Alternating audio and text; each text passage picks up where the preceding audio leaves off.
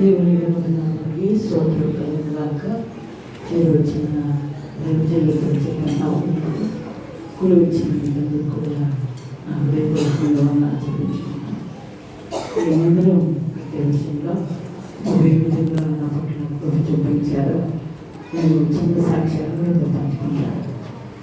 మరి ఈ మందిరం కట్టబడి 2012 సంవత్సరంలో నేను ఈ ప్రాంతానికి రావడం జరిగింది. సేవకి వచ్చిన సంవత్సరంలోనే ప్రభు నాకు కొలత చెప్పారు.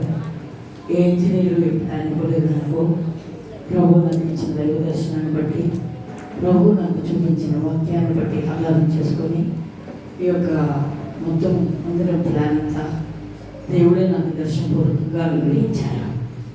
అలా ప్రారంభించబడిన ఈ పని మందిరం ప్రారంభంలో ఈ పునాదులు తీసినప్పుడు గ్రామస్తులందరూ కూడా నన్ను అడిగారు, ఇంత లోతైనటువంటి గోపులు తీశారు. 3 సంవత్సరాలు ఈ గుంతలు ఇలాగే ఉన్నాయి. చాలామంది నీళ్ళలో ఆ గుంతల్లో పిల్లలు పడిపోతున్నారు. ఎందుకు ఇంత గుంతలు తీశారు మీరు అని నన్ను అడిగారు. ప్రభు నాతో చెప్పారు, నేను చేశామని చెప్పాను. ఈ ప్రాంతంలో చాలా లోతైన పునాదులు 10 అంతస్తులు వేయడానికి చేస్తారమ్మా అని చెప్పారు. ఎవరు కూడా ఇంతలో రావడం ఇక్కడ మీరు అని చెప్పారు. ప్రతి ఒక్కరు కూడా అలాగా చేరుతూ నేను చేసే పని ఎవరికి అర్థం కాకుండా అందరూ ప్రశ్నిస్తూ విమర్శిస్తూ అర్థం చేసుకునేవాడు అక్కడ కూడా లేనటువంటి పరిస్థితుల్లో ప్రభు ఈ పని నా ద్వారా ప్రారంభింపజేశారు. స్తోత్రం. హల్లెలూయా. అలా వేసినటువంటి పునాదులు కొంచెం విశ్వాసం ద్వారా కట్టబడుతూ ఉండగా చాలా దినాలు ముందు గోడలతో ఉన్నాం. చాలా దినాలు చెట్ల కింద ఆరాధించాం. 5 పాకలు ఈ ప్రాంతంలో పడిపోయినాయి. సుడిగాలులకి రేకులు షెడ్లు వేస్తే అవన్నీ ఇరిగిపోయినాయి. 18 పోస్టులు వేసిన రేకుల షెడ్ కూడా వేశారు, కూలిపోయింది. అంత నన్ను చూసి నవ్వుతున్నప్పుడు అన్ని జనులు నేను దేవుని సన్నిధిలో చాలా విలపించి ఉపవాసం ఉండడం ప్రారంభించాను. దాదాపు 4 నెలలు ఉపవాసం ఉన్నప్పుడు ప్రభు ఈ మందిరాన్ని పూర్తి చేయడానికి ప్రభు సహాయం చేశారు. గత 2 సంవత్సరాల క్రితం నేను ఈ పని పూనుకోవడానికి ముందు ప్రభు నాతో ఉపవాసం ఉండమని చెప్పినప్పుడు ఉపవాసం ప్రారంభించగానే ముందు సెంట్రింగ్ అయిన వచ్చాను. ఇక్కడ ఏమీ లేదు, మెటీరియల్ లేదు, డబ్బు లేదు. కానీ కొత్తగా ఈ ప్రాంతానికి వచ్చిన సెట్టింగ్ అయినా మొట్టమొదటి మన మందిరానికే 40 లక్షల రూపాయలు ఖరీదు చేసి సెట్టింగ్ పెట్టాను. పెట్టిన తర్వాత నా భర్త రిటైర్ అయిపోయారు, మనీ ఇస్తారనుకున్నాను. కానీ ఎప్పుడు సహాయం చేయలేదు. విశ్వాసులు కూడా ఈ ప్రాంతంలో పనుల నిమిత్తమై వేరే దేశాలు వెళ్ళిపోయారు. నేను ఒంటరిగా ఉపవాసం దేవుని వైపు చూస్తూ ఉన్నాను. ప్రభు మీరు ఎలా చేస్తారు? మెటీరియల్ ఏమి లేదు, డబ్బు లేదు, సెంట్రింగ్ పెట్టుంది, పైపించి ఎలక్షన్ కోడ్ పడింది. ఇప్పుడు సిమెంట్ అమ్మట్లేదని చెప్పారు, ఇసుక అమ్మట్లేదని చెప్పారు. చాలా భయంకరమైన పరిస్థితుల్లో సెంట్రింగ్ పెట్టబడి 2 నెలలు అలాగే సెంట్రింగ్ ఉంది మందిరానికి. అప్పుడు అన్ని జనులందరూ నవ్వడం ప్రారంభించారు. ఈ మందిరాన్ని కట్టలేదు ఈమె, ఎవరి సహాయం లేదు, ఈమెకి ఎలక్షన్ కోడ్ పడింది, ఇసుక లేదు, సిమెంట్ లేదు అని చెప్తా ఉన్నారు. నేనైతే ఒంటరిగా ప్రభు సన్నిధిలో పోరాడుతున్నాను. నా చుట్టూ ఉన్న పిల్లలు కూడా, నాతో ఉన్న పాప కూడా, నేను ఈ కార్యాన్ని కన్నా చూడలేను, నా హృదయం చాలదు, నేను ఈ టెన్షన్ తట్టుకోలేను, నా దగ్గర దాచిపెట్టు అని అడుగుతా ఉంది. నాతో ఉన్న బాబు కూడా ఇది నువ్వు వెయ్యలేవు, ఛాలెంజ్ అంటా ఉన్నాడు. నా శరీరం ఏమో పసుపు రంగులో మారిపోయింది. ప్రభు సన్నిధిలో నేను అలా బాధపడి ఏడుస్తూ, ప్రభు ఈ కార్యాన్ని నేను కొన్నాళ్ళు చూడండి, నన్ను తీసుకోవచ్చు భూమి మీద నుంచి ప్రార్థన చేస్తాను. అలాంటి సమయంలో మొట్టమొదటి నేనే ఉపవాసం చెల్లించి మార్గపురం వెళ్ళినప్పుడు ఇసుక లారీలు అమ్మేటటువంటి స్థలానికి నేను వెళ్ళాను. 5 గంటలకి తెలియకుండా వాడు డబ్బు లేదు నా దగ్గర, కానీ నేను వెళ్ళి ఒక మాట చెప్పినప్పుడు 3 లారీలు ఇసుక పంపించారు వాడు. వెంటనే నా దగ్గరికి డబ్బు తర్వాత కంటే చెప్పాను. వెంటనే అలా ఇసుక లోడ్ వచ్చింది. అప్పుడు ఆ సెంట్రింగ్ ఆయన చూసి, నేను ఈ సెంట్రింగ్ పడేస్తున్నాను, పైన వర్క్ చేసేవాడు ఆగమని చెప్పండి అని కొన్ని కర్రలు పడేయడం ప్రారంభించాడు. ఎందుకంటే 2 నెలలు అయిపోయింది, చాలా కర్రలు పుచ్చిపోయింది నా అని చెప్పాడు. పైన ఐరన్ వర్క్ చేస్తారు, వాళ్ళందరినీ కింద పడేస్తానన్నాడు ఈయన. చాలా అవమానాల మధ్యలో ఒక్కొక్క మెటీరియల్ ప్రభు సహాయం చేయడం ప్రారంభించాను నాకు. అలాగా 15 లక్షల రూపాయలతో ఈ మందిరం స్లాబ్ వేయడానికి ప్రభు సహాయం చేశారు. ఆఖరి క్షణంలో సిమెంట్ లేదు, అంతా రెడీ అయిపోయింది, వేస్తున్నారు. అప్పుడు వాళ్ళు నన్ను సిమెంట్ అడిగారు. 600 బస్తాలు సిమెంట్ కావాలి, ఏ కొట్టులో అడిగినా మా దగ్గర లేదంటున్నారు. అప్పుడు ఆ టైంలో ఉపవాసం చెల్లించి నేను మార్గపురం వెళ్ళాను. ఒక కొట్టు ముందు కూర్చున్నాను. నా దగ్గర 1,00,000 రూపాయలు ఉన్నాయండి. ఇప్పుడు నేను కడతాను, మధ్యాహ్నం 2 గంటలకల్లా మీకు మిగిలిన 2 లక్షల రూపాయలు కడతాను, చెప్పు రాసిస్తానని చెప్పాను. వారు అన్నారు దారిలోనే వస్తూ ఉంది లోడు, అది మీకు పంపిస్తామని చెప్పి నేను ఇక్కడ రాకముందే సిమెంట్ లోడ్ పంపించాను. నా దగ్గర 3 లక్షల రూపాయల ఐరన్ ఉంది ప్రభు. కానీ వారం రోజుల్లో ఏటీఎంలోకి వెళ్ళి మోకరించి పిల్లలు చెదిరించేవాళ్ళు. కానీ ఆ టైంలో ప్రేరేపించబడి ప్రభు అనేకులను ప్రేరేపించడం వల్ల ఐరన్ కొనడానికి తెలియని వాళ్ళ సహాయం ద్వారా ఐరన్ కొనడం జరిగేది ప్రతి రోజు కూడా. అలాగా పనివాళ్ళని ఇక్కడ పెట్టుకొని ఐరన్ వేస్తూ ఉండేదాన్ని. పనివాళ్ళకి భోజనం పెట్టడానికి కూడా భోజనం లేదు, కానీ ఐరన్ వస్తూ ఉండేది ప్రతిరోజు స్తోత్రం. అలాంటి కష్టమైన పరిస్థితుల్లో సిమెంట్ రావడం, ఐరన్ రావడం, పని జరగడం, ఇదంతా 4 నెలలు. మధ్యలో నేను చనిపోతానేమని ఇడ్లీ దగ్గర పెట్టుకొని 2 సార్లు తిందామనుకున్నాను. కానీ నోటి దగ్గర పెట్టుకోగానే కళ్ళు నీళ్ళు వచ్చిన ఆలయం కట్టబడకుండా నేను ఇది తినడం వ్యర్థమే.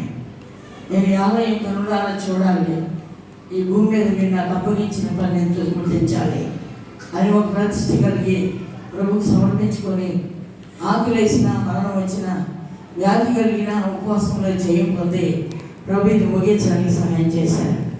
ఆఖరిగా స్లాబ్ వేస్తున్నప్పుడు నేను ఇంకా స్లోదే పడిపోయాను. అప్పుడే చెప్పి పడుకున్నాను, మీరు మోకరించి బలిపెట్ట దగ్గర ఉండండి అని జరుగుతూ ఉంది. అయితే డబ్బు నేను మధ్యాహ్నం కట్టవలసింది కట్టాలి, ప్రభు సహాయం కొరకై ప్రార్థించమని పిల్లలు మాత్రమే బలిపీఠం దగ్గర మోకరింపు చేశాను. నేను నిద్ర లేచేపటికి ఎవరో తెలియని వారి అకౌంట్లో కొన్ని లక్షల రూపాయలు పంపించాను. తెలియని సహాయం. పూర్తిగా నేను అప్పు లేకుండా ఈ మందిరానికి చెల్లించడానికి ప్రభు సహాయం చేశాడు. ఆ విధంగా పూర్తి చేసిన తర్వాత ఆ సంవత్సరం నేను కూడలు పెట్టాలంటే నా దగ్గర ఏం లేదు ప్రభా, ఎలా పెట్టాలి?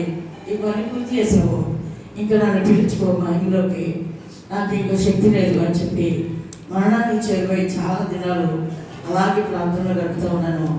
అప్పుడు అన్న వర్షం చేస్తూ అక్కడ ఉన్న నా విశ్వాసం వాడ యాత్ర అనే పాట ఆ సమయంలోనే తీసుకొచ్చి క్యాసెట్ దగ్గర పెట్టాను. నేను రూమ్లోకి వెళ్ళి ఆ పాట పాడుతూ కింద పడి దుల్లాడి ఏడుస్తూ, నిజంగా ఒక విశ్వాస యాత్ర ఇది. ఈ పోరాటంలో దేవుడే నాకు గెలిపించాడు. అనారోగ్యం వచ్చినా, మరణం వచ్చినా, విశ్వాసం సహాయం చేయకపోయినా దేవుడు మాటకు లోబడి దైవ దర్శనంలో ఉపవసించినప్పుడు దేవుడు తన పిల్లల్ని తొలముట్టించాడు. కనుడారా చూస్తూ ఉండగా ఈ విధంగా ఈ లోకంలో ఈ మంత్రులను కూడుకోవడానికి మళ్ళీ ఆ పాట ద్వారా నేను బలపొందిన ఇక్కడికి ఆహ్వానించగానన్న ప్రేమతో ఇక్కడ రావడానికి ప్రభు దర్శకులు సహాయం చేశారు. దేవుడి సాక్ష్యం దీవించి ఆశీర్వదించండి. ఆమేన్.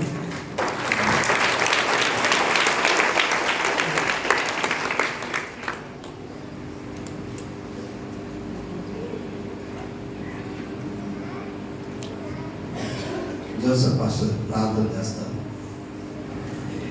వాక్యం నిమిత్తం అందరూ తలలో వచ్చినట్లయితే ప్రార్థన చేసుకొని దేవుని వాక్యాన్ని విందాం. ప్రార్థన. ప్రేమాస్వరూపుడా, గొప్ప దేవుడా, మీ పరిశుద్ధ పాదాలకు వందనాలు, స్తోత్రాలు చెల్లిస్తున్నాం తండ్రి. మీ అనాది సంకల్పం ఈ యొక్క ప్రాంతంలో ఇంత గొప్ప మందిరమును కట్టడానికి మీరు కృప చూపించారు. ఈ దాసురాలకు ప్రభా, మీరు అత్యధికమైన నీ కృపను మీరు చూపించి సహాయం చేసినందుకు స్తోత్రాలు చెల్లిస్తున్నాం. ఈ సమయంలో మీ సేవకులు ప్రభా అబ్రహ్మణ్ గారిని ఈ మందిర ప్రతిష్ఠ చేయడానికి మా మధ్యకు తీసుకొచ్చినందుకు స్తోత్రాలు. ప్రభా, నీ సేవకుడు నీ పక్షమున నిలబడి చూడగా తండ్రి, శక్తి కలిగిన నీ మాటలు నీ సేవకుల నోటున వెలువడుతుండగా ఒక్కొక్క హృదయాన్ని మీరు తాకండి తండ్రి, ఒక్కొక్కరిని మీరు బలపరచండి ప్రభా. పరలోకము నుండి, సియోనులో నుండి నాయనా నీ యొక్క ఆలోచనలు, మీ చిత్తాన్ని మీ సేవకుల ద్వారా ఈ ప్రాంత ప్రజలైన వారందరికీ మీరు తెలియచేయండి. సేవకుడు మాట్లాడుచుండగానే రోగికి స్వస్థత, పాపికి రక్షణ, ప్రతి ఒక్కరికి అభిషేకము దయచేయండి. ఈ కృపలో బలపరిచి మహిమ పొందుకోమని, సమస్త ఘనత మహిమ ప్రభావములు మీరు మాత్రమే పొందుకోమని యేసు పరిశుద్ధ నామములో ప్రార్థిస్తున్నాము తండ్రి.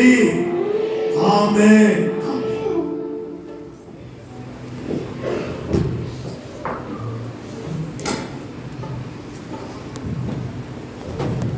Praise the Lord. ప్రభు పేరిట అందరికీ నిండు మనసుతో వందనాలు, స్తోత్రాలు. చేతులతో ఒకసారి బిగ్గరగా హల్లెలూయా అని చెప్తామా? హల్లెలూయా.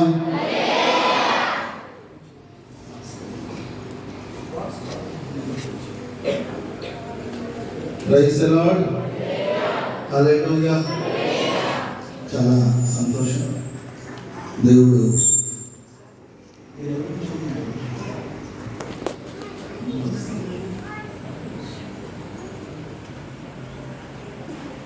ప్రభు ప్రేమించి చక్కని పరిచయం సహోదరికి ఇచ్చారు. చాలా దూరం ఆశ్చర్యంగా ఉంది. మరి ప్రభు సంకల్పం చెప్పున ఈ ప్రాంతంలో ఈ విధంగా ఈ పరిచయం నిర్మించడానికి ప్రభు కుమార్తె సహాయం చేశారు. దేవుని మనలో నిర్మించబడడం అనేది అది దేవుని గొప్ప సంకల్పం. మీరు ఇప్పుడు దాకా విన్నారు సహోదరి సాక్ష్యం. నాకు చాలా సంవత్సరాల నుండి తెలుసు. వాళ్ళు మరి తరచుగా మమ్మల్ని కలిసి ప్రార్థన చేయించుకునేవాడు.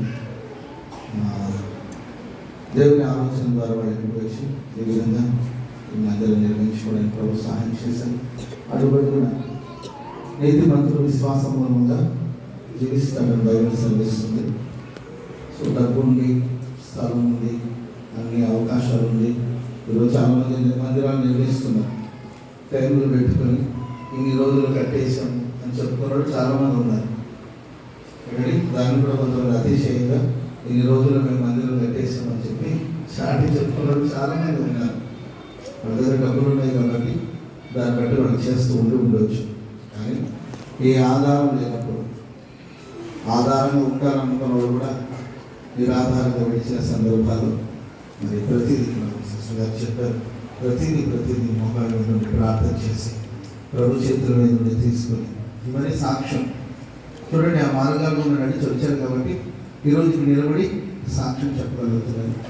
అన్ని శ్రమలు, ఇబ్బందులు, హెల్త్ బాగలేక, అనారోగ్య పరిస్థితులు, ఒకవైపున దేహంతో పోరాడుతూ ఇంకోవైపున దేవునితో పోరాడి ఈ కార్యాలు జరిగించడానికి ప్రభు సహాయం చేశారు. అందరూ బట్టి నేను ప్రభుని స్తుతిస్తున్నాను. రాబోయే కాలంలో పరీక్షల దేవుడు మరింతగా ఆశీర్వదించి దీవించుగాక. హల్లెలూయా. పాట పాడదా? ఒక పాట చిన్న పాడతాను. ఆ తర్వాత కొద్దిసేపు దేవుని మాటలు పంచుకుంటాను. మనం చాలాసేపు నుండి కూర్చొని నాకు అనిపిస్తాను. కాబట్టి ఆలస్యం లేకుండా సకాలంలో ముగించుకుందాం. నా విశ్వాసముడ యాత్ర అనే మాట పాడుదాం. ఎందుకంటే ఆ పాట నుండి ఓదార్చింది, ధైర్యపరిచింది. సరే, ఆ పాట పాడుకొని ప్రభు నామాన్ని గర్వపరుస్తుంది.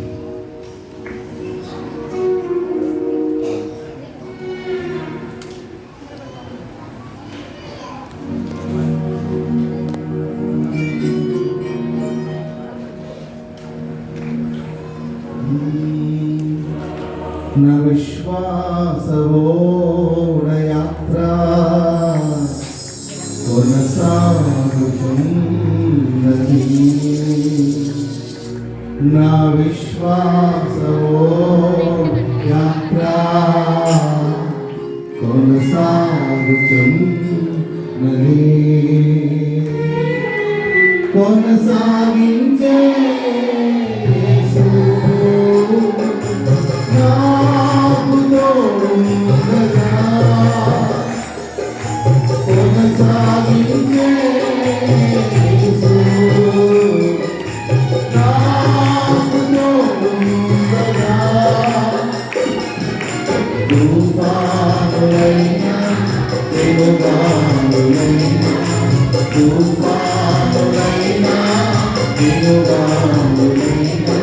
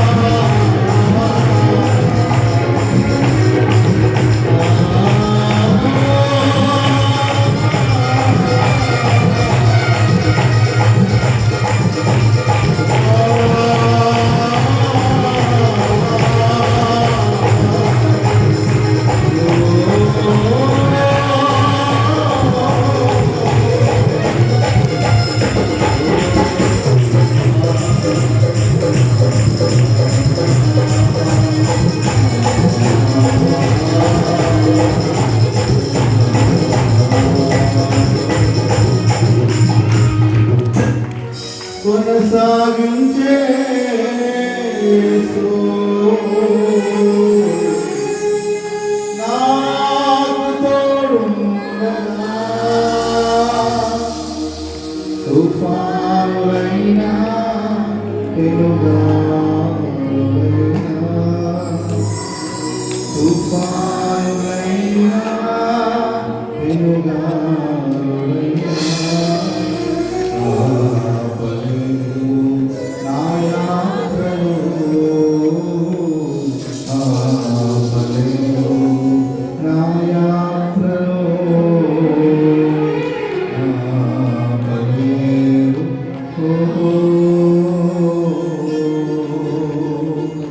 ఓ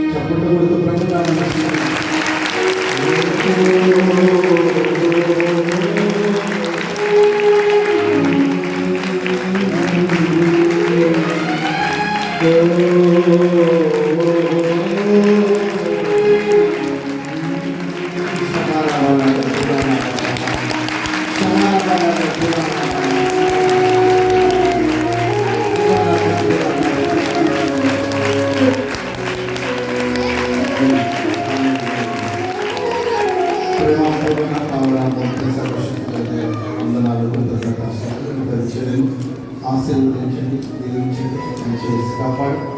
ఈ సేవా పరిచయం ద్వారా సహోదరుల ద్వారా కుటుంబం ద్వారా సంఘ బిడ్డల ద్వారా మీరు మహిమ పొందమని యేసు నామమున ప్రార్థన చేసి వేడుకుంటున్నాం తండ్రి. ఆమేన్. కొద్దిసేపు దేవుని వాక్యాన్ని మనం ధ్యానం చేస్తున్నాం. చదువుని బైబిల్లో కీర్తన గ్రంథం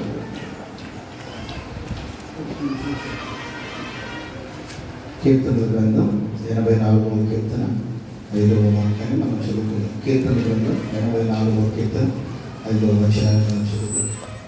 నీ వలన బలము నొందిన జనులు ధన్యులు, యాత్ర చేయు మార్గములు వారికి అతి ప్రియములు. వారు మకాలోయలు బడి వెళ్ళుచు దాన్ని జలమయముగా చేస్తారు. తొలగలి వాన దీవెనలతో కప్పుతుంది. వారు నానాటికి బలాభివృద్ధిని పొందుచు ప్రయాణం చేస్తారు. వారిలో ప్రతివాడు సియోనులో దేవుని సన్నిధిని కనబడుతుంది.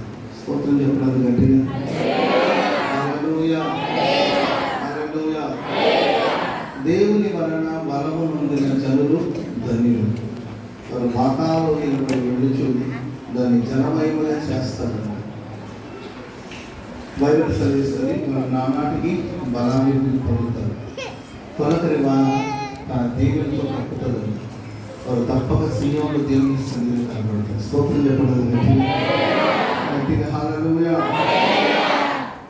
దేవుని వలన బలం పొందిన జనులను దేవుడు నడిపించే మార్గాలు కీర్తనకారుడు వారు వాకాలోయలు పడి వెళ్ళుచు దాన్ని జలమయంగా చేస్తారు. కొండ మీద ఉన్నవాడు అందరికీ కనబడతారు. ప్రభు కూడా చెప్పారు, కొండ మీద కట్టబడిన పట్టణం మరుగై ఉండలేదు. ఒక మనిషి కొండ మీద ఉంటే అందరి కళ్ళు అతని మీద ఉంటాయి. కానీ లోయలో వెళ్ళేవాళ్ళు ఎవరు పట్టించుకోరు. పలుసార్లు దేవుడు మనం నడిపించే మార్గాలు లోయలకున్న మనం వెళ్ళినట్లు ఉంటాయి. ఎవరు పరామర్శించలేరు, ఎవరు పట్టించుకోలేరు, ఎవరు ఆదరించలేరు, ఎవరి కంట మనం కనబడలేరు, ఎవరు మనం దృష్టించలేరు, ఎవరు మనల్ని గమనించలేరు, ఎవరు మనల్ని ఆదరించలేరు. ఇది మహాలోయ. ఈ లోయల పడి వెళుతూ వీడంట ఆ లోయనంతటి జలమయంగా చేశారు. ఆ లోయంతా తడిచిపోయిందంట. దేని ద్వారా అంటే ప్రియుల వాడు కన్నీరు విడిచి ప్రార్థన చేస్తే వాళ్ళ కన్నీళ్లతో ఆ లోయంతో తడిచిపోయింది. స్తోత్రం చెప్పడం గట్టిగా హల్లెలూయా. ఫలమయముగా చేశారు. అది కన్నీటి లోయ, అది బాకా లోయ, కన్నీటి లోయగా దాన్ని మార్చారు. బైబిల్ చదివిస్తుంది. ఎప్పుడైతే వాడు కన్నీళ్లతో ప్రార్థన చేశారో అప్పుడు తొలకరి వర్షం వచ్చిందంట.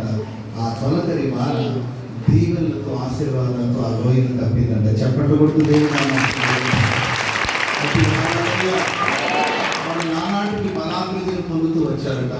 తప్పక సీయోనులో వాడు కనబడతారని బైబిల్లో గ్రంథస్థం చేయబడింది. పరిశుద్ధ గ్రంథంలో భక్తులందరూ వెళ్ళిన మార్గాలు, దేవుని మార్గాలు అనేది పూరమాట కావచ్చు. ఇరుకు మార్గం ఉంది, విశాలమైన మార్గాలు ఉన్నాయి. దేవుని ప్రజల్ని ఆయన నడిపించే మార్గాలు ఇరుకైన మార్గం. ఎడారి త్రోవలో దేవుడు మనల్ని నడిపిస్తాడు. ఎరుగని మార్గాలు దేవుడు మనల్ని నడిపిస్తాడు. సాక్షాత్తు లోక రక్షకుడైన క్రీస్తు ప్రభువు వారే పరిశుద్ధాత్మ దేవుడు అరణ్యంలోనికి కొనిపోయినట్లు మనం చూస్తున్నాం. అరణ్య మార్గాలు, కఠినమైన మార్గాలు, కష్టాలతో కూడిన మార్గాలు ప్రభు నడిపిస్తాడు. ఆ మార్గాలు మన గుండె బరువెక్కిపోతుంది, కళ్ళు చెమ్మెక్కి కన్నీళ్లతో వినిపించే సందర్భాలు ఉంటాయి. ప్రలాపిస్తాం, ఏడుస్తాం, కన్నీళ్లు విడుస్తాం. కానీ పిల్లల లోపల కార్చే కన్నీటికి ప్రతిఫలం ఉంటుందో లేదో నేను చెప్పలేదు. కానీ దేవుని సన్నిధిలో మనం కార్చే ప్రతి కన్నీటి బొట్టుకి సర్వశక్తిలో దేవుడు ప్రతిఫలం ఇస్తాడు. చెప్పండి. దేవుని ప్రజల కన్నీళ్ళు ఎప్పటికీ వృధా కాదు. దేవుని ప్రజల కన్నీళ్ళు ఎప్పటికీ వ్యర్థం కాదు. ప్రతి కన్నీటి బొట్టుకు దేవుడు ప్రతిఫలం ఇస్తాడు. అంటే మన కన్నీటిని ఆయన బుద్ధిలో దాచాడని, పిల్లలకు మనం ఎందుకోసం ఏడ్చామో దాని గ్రంథంలో రాశాడని కీర్తనగాడు అంటాడు. కాబట్టి భక్తులందరూ నడిచిన మార్గాలు మన ప్రభువు యేసుక్రీస్తు వారు కూడా కన్నీళ్లతోనూ మహారోధనతో ప్రార్థన చేశారు. ఆమె కన్నీళ్లు విడిచెను అని క్రీస్తు ప్రభువు వారి గురించి రాయబడింది. కాబట్టి పలుసార్లు దేవుడు మనల్ని ఈ కన్నీటి మార్గం కూడా నడిపిస్తూ వెళ్తాడు. ఇది మనం బాధించడానికి వేధించడానికి కాదని దీని వెనకాల దేవుడు తొలకరి వాన తన దీవెనతో కప్పేటట్లు గొప్ప ఆశీర్వాదంతో ప్రభు నింపబోతున్నాడు. నానాటికి మనం ఆ బలాభివృద్ధి పొందుతాం. యాత్ర చేయ మార్గములు అతి ప్రేమ. హల్లెలూయా. యాత్ర చేయాలి. మనం యాత్ర చేయమంటే తీర్థయాత్రలు కావచ్చు, పుణ్యక్షేత్రాలు దర్శించుకుని రావడం కావచ్చు. ఎక్కడికి వెళ్ళిపోయి పుణ్యక్షేత్రాలని భోజనాలు వండుకొని వెళ్ళి అక్కడ కూర్చొని తిని ఒక నిద్రేసి వచ్చి ఈ యాత్ర కాదు, జీవిత యాత్ర, ఆత్మీయ యాత్ర. ఆనందంగా మన యాత్రలో ముందుకు సాగాలి. స్తోత్రం చెప్పడం కలకాలం ప్రభు చిత్తమైతే కలకాలం బ్రతకాలి. ఆనంద యాత్రగా మారాలి. ఎవరైతే కన్నీళ్లతో ప్రారంభించారో వారి ఆ యాత్రను దేవుడు ఆనంద యాత్రగా మారుస్తారు. ఎవరైతే బలహీనంగా ప్రారంభించారో వాళ్ళ జీవితంలో ఒక బలమైన ఆత్మను దేవుడు నింపి అది బలమైన యాత్రగా ప్రభు మారుస్తాడు. కాబట్టి ఈ శుభవేళ ప్రార్థన మందిరం వచ్చిన మీ జీవితాలు కొందరు చెప్పుకుంటారు, కొందరు చెప్పుకోలేరు. కొందరు దుఃఖం కనపడుతుంది, కొందరు దుఃఖం కనపడదు. కొందరు ఏడ్చి బయటపడిపోతారు, కొందరు ఏడవకుండా గుండెలలో దుఃఖాన్ని మోస్తూ ఉంటారు.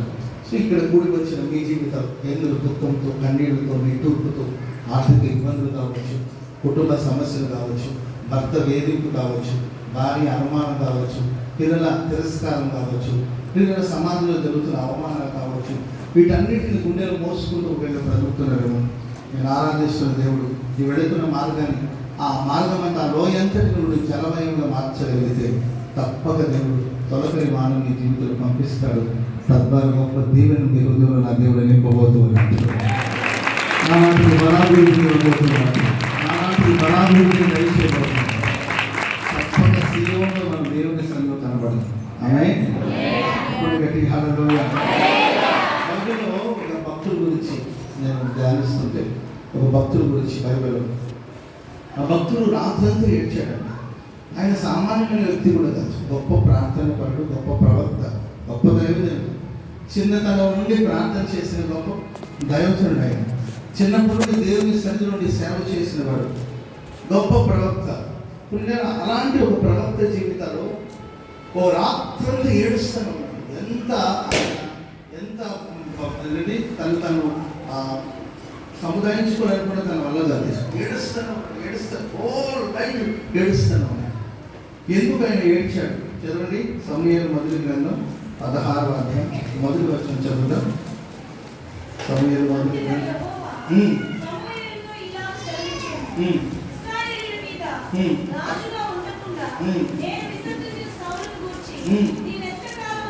నువ్వు ఎంతకాలం దుఃఖిస్తావు? తైలంతో నింపుము.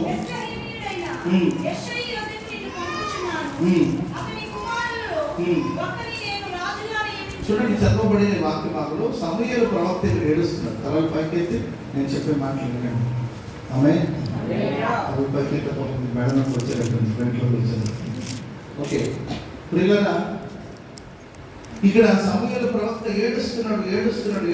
ఎందుకు ఏడుస్తున్నాడంటే సౌలుని రాజుగా ఉండకుండా దేవుడు త్రోసివేశాడు. ఆ సౌలు గురించి ఏడుస్తున్నాడు. సౌలు గురించి సమూయేలు ఎందుకు ఏడవలసిన పరిస్థితి వచ్చిందంటే, సౌల్ని చూసింది ఎవరండి? సౌల్ని ఎంపిక చేసింది ఎవరండి? సౌల్ని అభిషేకించింది ఎవరండి? సౌల్ని గుర్తించింది ఎవరండి? ఎక్కడో సామాన్లు దాగుంటే బయటకు తీసుకొచ్చి అతని రాజుగా అభిషేకించింది సమూయేలు. సమూయేలు ప్రవక్తని ఆయనకి అన్ని విషయాలు వివరించి విశదీకరించి ఎన్నో విషయాలు చెప్పి అతను ఒక గొప్ప రాజు అవుతాడని, అతని ఆధ్వర్యంలో అతని పరిపాలనలో ప్రజలందరూ క్షేమంగా ఉంటారని, దేవుని దయ అతని మీద ఉంటుందని, దేవుని దయ పొంది ఆయన పరిపాలిస్తాడని ఎన్నో ఆశల మేడలు కట్టుకున్నాడండి సౌలు మీద సమూయేలు ప్రవక్త. ఎందుకంటే ప్రజలు అంతవరకు న్యాయాధిపతిగా ఉండి నడిపిస్తూ వచ్చాడు, అంతవరకు ప్రవక్తగా ఉన్న వాళ్ళ సన్మార్గం నడిపించుకుంటూ వచ్చాడు ప్రజలు. ఇప్పుడు రాజైన సౌలు చేతికి ప్రజలు అప్పచెప్పబడ్డారు, గొప్పగా పాలిస్తాడు అని ఆశించాడండి సమూయేలు ప్రవక్త. కానీ ఆశించిన దానికి భిన్నంగా సౌలు పూర్తిగా శరీర సంబంధమైన మనిషిగా మారిపోయి దేవుని ఆజ్ఞకు వ్యతిరేకంగా మార్చబడుతూ దేవుని భయం ఏమీ లేకుండా ప్రవర్తిస్తూ విషపు చూపుతో నిండిపోయి దేవుని ఆత్మను పోగొట్టుకుని దురాత్మ చేత నింపబడి తన స్థితిని చూస్తుంటే బహు దయనీయంగా మారిపోయి దైవభక్తితో ప్రార్థించిన వాడు, దైవభక్తిగా ప్రారంభించిన వాడు కర్ణ పిశాచం గల వారి ఎదుగు వెళ్ళి దైవభక్తి ఉన్న మనిషిగా మారిపోవడం ఇవన్నీ కళ్ళాలు చూసినప్పుడు ఆయన గుండె భద్రైపోయింది. ఎన్నో ఆశల మేడలు కట్టుకున్నాడు. నా చేతులతో అభిషేకించాను, నా చేతులతో గొప్పవాడు అవుతున్నాను అనుకోను. ఆ చేతులతో నేను చూస్తున్నా కానీ నా కళ్ళ మీద పాడైపోయాడు. అని ఏ నోటితో నీవు గొప్పవాడు అవుతావు నేను ప్రకటించాను, అదే నోటితో నీ రాజ్యం నిలబడదు, నీ సింహాసనం నిలబడదు అని చెప్పాను. అని ఇవన్నీ తలంచి సమూయేలు ప్రవక్త ఏడవడం ప్రారంభించాడు. దేవుడు అంటాడు, ఎంతకాలం ఆయన గురించి నువ్వు ఏడుస్తూ కూర్చుంటావు? ఇక నీవు లేచి నేను సౌలుకు బదులుగా మరొక వ్యక్తిని రాజుగా అభిషేకిస్తున్నాను. చెప్పండి కూడా అర్థం, మనం వెళుతున్న జీవన యాత్రలో, మనం వెళుతున్న మార్గాల్లో కొన్ని అపజయాలు మనకు ఎదురవుతుంది. జరిగిన అపజయాన్ని పట్టుకొని కూర్చోకూడదు. ప్రతి కీడు చాటున ఒక మేలు దాచబడి ఉంటుంది. ప్రియులారా, ఈరోజు అపజయం, రేపు దేవుడు మనకు ఒక విజయాన్ని అనుగ్రహించవచ్చు.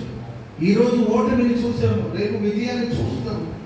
కాబట్టి ఈ ప్రియులు ఎప్పుడో జరిగిన ఏదో ఒక నష్టం, ఎప్పుడో జరిగిన ఒక అవమానాన్ని పట్టుకొని జీవితకాలం అంతా అక్కడ ఉండిపోతారు చాలా మంది. నాకు ఇలాంటి ఒక అవమానం జరిగింది, నాకు ఇలాంటి ప్రమాదం జరిగింది, నాకు ఇలాంటి ఒక ఇబ్బంది జరిగింది అని చెప్పి ఎప్పుడో లైఫ్లో జరిగిన ఒక్క సమస్యను పట్టుకుని లైఫ్ లాగా అక్కడే ఉండిపోతారు. ఇక ముందుకు వెళ్ళలేరు, యాత్ర చేయలేరు, ముందుకు సాగలేరు. దేవుడు అంటాడు, నీ కొమ్మును నూనెతో నింపు. స్తోత్రం చెప్పడం ఏడవడం మానాలి, ఏడ్చింది చాలు. ఇక అభిషేకంతో నింపబడాలి, నీ కొమ్ము నూనెతో నింపబడాలి. నీవు చేయవలసిన కార్యాలు ఇంకా చాలా ఉన్నాయి. నీవు చేయవలసిన ప్రయాణం సుదూరమైన ప్రయాణం, శక్తికి మించిన ప్రయాణం నువ్వు చేయాలి. నువ్వు చేయాల్సిన పని చాలా నీకోసం దాచబడినది. ఇక బయలుదేరమని దాన్ని పంపించి ప్రియుల సౌలుకు బదులుగా ఆయన సంకల్పం ఉన్న మనిషిని దేవుడు రాజుగా అభిషేకించాడు. స్తోత్రం చెప్పడం గట్టిగా. లైఫ్లో ఎక్కడో ఏదో ఒక సందర్భాల్లో మీరు ఓటమిని చవి చూశారేమో, మీరు దేవుని వైపు చూడగలిగితే, ఆయన ఆలోచించేత నడవగలిగితే, పాపాలు అయిన కన్నీళ్లతో నువ్వు తడపగలిగితే తప్పక నా దేవుడు ఘనకార్యం చేసి ప్రియుల నీ అవమానాన్ని కొట్టివేసి, నీ అపజయాలన్నింటిని కొట్టివేసి విజయోత్సవాలకు నా దేవుడిని నడిపించడు దాకా. Praise the Lord. హల్లెలూయా. చెప్పండి గట్టిగా హల్లెలూయా.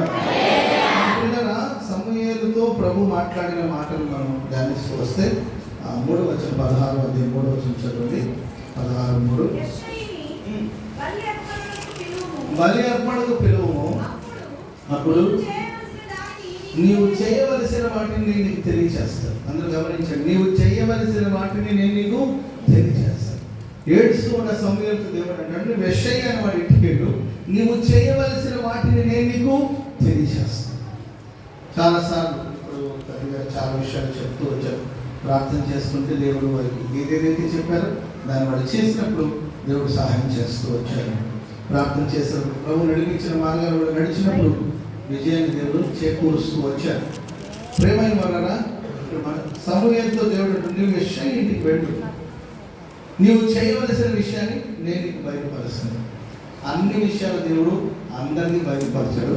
ప్రియులారా, ఆయన సన్నిధిలో ఎవరైతే కనిపెట్టి ప్రార్థిస్తారో వారికి మాత్రమే దేవుడు తెలియజేస్తారు. స్తోత్రం చెప్పడం కొన్ని రహస్యాలు ఉంటాయి, ఇది అందరికీ చెప్పడు. మన స్నేహితులకి దేవుడు దాన్ని బయలుపరుస్తాడు. మీరు చూడండి, ఐగుప్తు దేశంలో మోషే ఫరో దగ్గర నిలబడి అడుగుతున్నాడు. ఏమని అడుగుతున్నట్టు, మేము 3 రోజులంతా ప్రయాణం చేసి వెళ్ళి దేవునికి ఆరాధన చేసి తిరిగి రావాలి, పర్మిషన్ అడుగుతున్నాడు. 3 రోజులతో ప్రయాణం వెళ్ళి మేము ప్రార్థన చేసుకుని రావాలి, మాకు పర్మిషన్ ఇవ్వమని అడిగాడు తప్ప మేము దేశాన్ని వదిలేసి వెళ్తామని చెప్పాడా?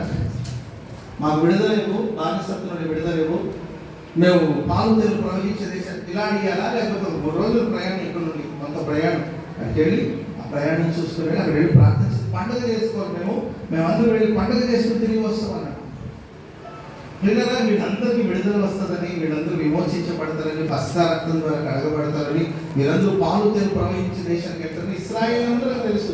కానీ ఫరో తెలియదు. స్తోత్రం చెప్పడం గట్టిగా. ఫరో చెప్పాల్సిన అవసరం లేదు. అక్కడ ఏమన్నాడు? 3 రోజులు దూరం ప్రయాణం చేసుకుని వెళ్ళారు. మేము కొండ మీదకి వెళ్ళి ప్రభు పండుగ చేసుకోవాలి, మమ్మల్ని సాగనిపించు, మమ్మల్ని పంపించు అని పర్మిషన్ అడిగారు. అంటే దాని అర్థం ఏంటంటే ఫరో రాజుకి అన్ని విషయాలు తెలియవలసిన అవసరం లేదు. దేవుడు తెలియచేయడు, తన ప్రజలైన మనకు మాత్రమే తెలియజేస్తాడు. స్తోత్రం చెప్పడం గట్టిగా. ప్రతి మర్మాన్ని దేవుడు మనకు తెలియజేస్తాడు. చూడండి, ఇప్పుడు కానీ దావీదుని అభిషేకించడానికి వెళ్తున్నామని తెలిస్తే, సౌలు తెలిస్తే దావీదుని చెప్పేస్తాడు. ఆ దుర్మార్గుడు అసలు మెంట్లో మైండ్ ఎప్పుడు ఎలా ఉంటుందో తెలుసు, ఎప్పుడు నవ్వుతాడో తెలియదు, ఎప్పుడు ఏడుస్తాడో తెలుసు, ఎప్పుడు ప్రేమ మాట్లాడుతూ తెలియదు, ఎప్పుడు బీపీ పెరుగుతుందో తెలియదు. ఉన్నటువంటి బీపీ రైజ్ అవుతాడు. మిర్చి బాగా తింటాడు అనుకుంటాడు, మిర్చి అందుబాటులోనే ఉంది. వచ్చినప్పుడు ఒకే కోరు ఇక్కడ ఏదో దగ్గు వచ్చి రాకముందు మీరందరూ దగ్గుతో నన్ను ఇన్వైట్ చేశారు. నాకు వెల్కమ్ బోర్డే దగ్గు అనమాట. నాకు దడ పుట్టింది, కరోనా ఏమైనా వచ్చింది వచ్చింది కానీ నేను అసలు ఇబ్బంది కట్ చేద్దాం ఒకే దగ్గు.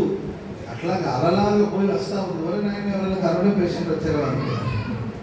ఆ తర్వాత ఇప్పుడు కిటికీలో కనబడుతుంది, కరోనా కాదు ఎర్ర మిర్చి అన్నాడు, బయట కనబడుతుంది. చెప్పండి గట్టిగా హల్లెలూయా. వీళ్ళ సౌలు కానీ తెలిసిందనుకోండి, సౌలు తెలిస్తే చంపేస్తాడు, సమయంలో చంపేస్తాడు, దావీదుని చంపేస్తాడు. కాబట్టి దేవుడు సౌలుకి ఆ విషయాన్ని, మరి సౌలు అడిగితే ఏమన్నమాట? ఏం లేదా, యెషయాకి వెళ్ళి నేను బలి అర్పించడానికి వెళ్తున్నానని చెప్పు. సౌలు గారికి అన్ని చెప్పాల్సిన అవసరం లేదు, పడిపోయిన దూతారు వేసినాడు. విలువ తెలియదు, దేవుని మాట విలువ తెలియదు, దేవుని వాక్యము విలువ తెలియదు. వింటున్నారా అమ్మ మీరే? ఏనా దేవుని వాక్యము విలువ తెలియదు, దేవుని సన్నిధి విలువ తెలియదు. అమాలేకులను చంపరా బాబు అని దేవుడు చెప్తే కొన్ని తీసుకొచ్చి ఇంట్లో పెట్టుకున్నాడు. ఏంటరా సౌలు బాబు ఇలా చేసావేంటి, సౌలు బాబు ఇలా చేసేవేంటి అని అడిగామనుకోండి, నేను తింటానా? దేవుడికి తెచ్చా ప్రార్థన పనికొస్తుందండి. దొంగ సొమ్ము తీసుకొచ్చి కాను పెట్టలేస్తే ఎట్లండి? కొంతమంది తెస్తారు కానుకలు, కానీ దైవ చిత్తం అయితే తీసుకుంటాం. ప్రైజ్ లార్డ్, హల్లెలూయా. దేవుడి కోసం అంటే నీవు దరిద్ర పనులని చేసి, పనికిమాలిన పనులు చేసి, దేవుడి మాటకు వ్యతిరేకంగా జీవించి నేను సంఘాలు చేస్తానంటే సరిపోతుందా?